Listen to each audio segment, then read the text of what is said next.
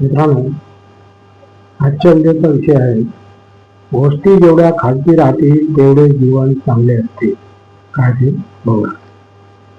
कित्येकदा आपण आपल्या आजूबाजूच्या लोकांवर एवढा विश्वास टाकतो की आपली प्रत्येक गोष्ट सांगून बसतो. कुटुंबात काय झाले, कोणाशी वाद झाला, घरात कोणाचे वागणे कसे आहे, तसेच आपल्या चुका, ऑफिसमधील तणाव, अशा सर्व गोष्टी सांगून बसतो. अशा वेळी आपण ज्यांना आपल्या गोष्टी सांगत आहोत ते आपल्याला समजून घेतील का व तिच्यावर विश्वास टाकता येतो का, याचा एकदाही विचार करत नाही. आपण आपल्या खाजगी जीवनापासून लोकांना जेवढे दूर राखाल तेवढे जीवन सोपे होत जाईल. कोणाला खाजगी गोष्टी न सांगणे का चांगले असते ते पाहूया. इतरांची दखल कमी होईल कशी ते बघूया. आपल्या जीवनासंबंधित समस्या व अडचणी जेवढ्या बाहेरच्या लोकांना सांगाल तेवढे ते आपल्या जीवनात दखल घेऊ लागतील. आपल्या प्रत्येक समस्येत सामील होण्याचा प्रयत्न करतील, वारंवार खाजगी जीवनासंबंधित प्रश्न विचारतील, त्यांचे आपल्या घरात येणे जाणे असल्यास कौटुंबिक गोष्टीतही नाक खुपसण्याचा प्रयत्न करतील. अशा वेळी अनेकदा गोष्टी सावरण्याऐवजी बिघडून जातील. गुंता सोडवणे सोपे होईल. काय ते बघूया. आपल्या जीवनाशी संबंधित चिंता कसा दूर करावा हे आपल्यापेक्षा चांगले कोणालाही माहीत नसते. पण जेव्हा आपल्या फ्रेंड वा परिचित गुंता सोडवण्यासाठी आपल्या जीवनात येतील तेव्हा वेगवेगळे सल्ले देतील. त्यामुळे योग्य मार्ग निवडणे कठीण आणि गुंता वाढत जाईल. अशा वेळी फक्त त्याच व्यक्तीला समस्या सांगावी ज्याच्याकडून योग्य सल्ला मिळण्याची अपेक्षा आहे. विचारांची पर्वा काय असतं? विचारांची पर्वा नसेल.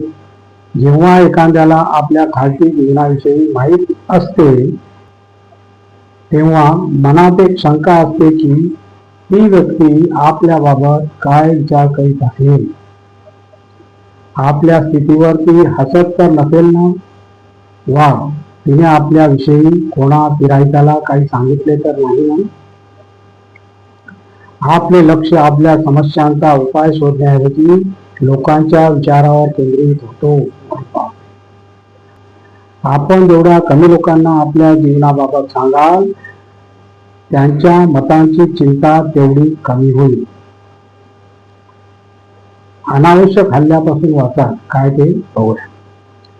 आजूबाजूला असलेल्या लोकांचा आपल्याबाबत दृष्टिकोन कसा आहे हे आपल्याला माहीत नसते.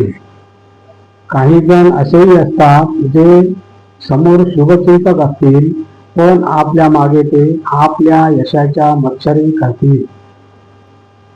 जेव्हा आपण आपल्या खाजगी गोष्टी अशा लोकांना सांगतो जेव्हा ते त्याला कमजोरी मानून त्याचा आपल्या विरोधातच वापर करू शकतात. त्यामुळे अशी कोणतीही गोष्ट कोणालाही सांगू नये ज्यामुळे आपले नुकसान होऊ शकते. आणि एक छोटीशी टीप आहे मित्रांनो, तणाव दूर ठेवणारा ब्रेकफास्ट. काय ते बघूया.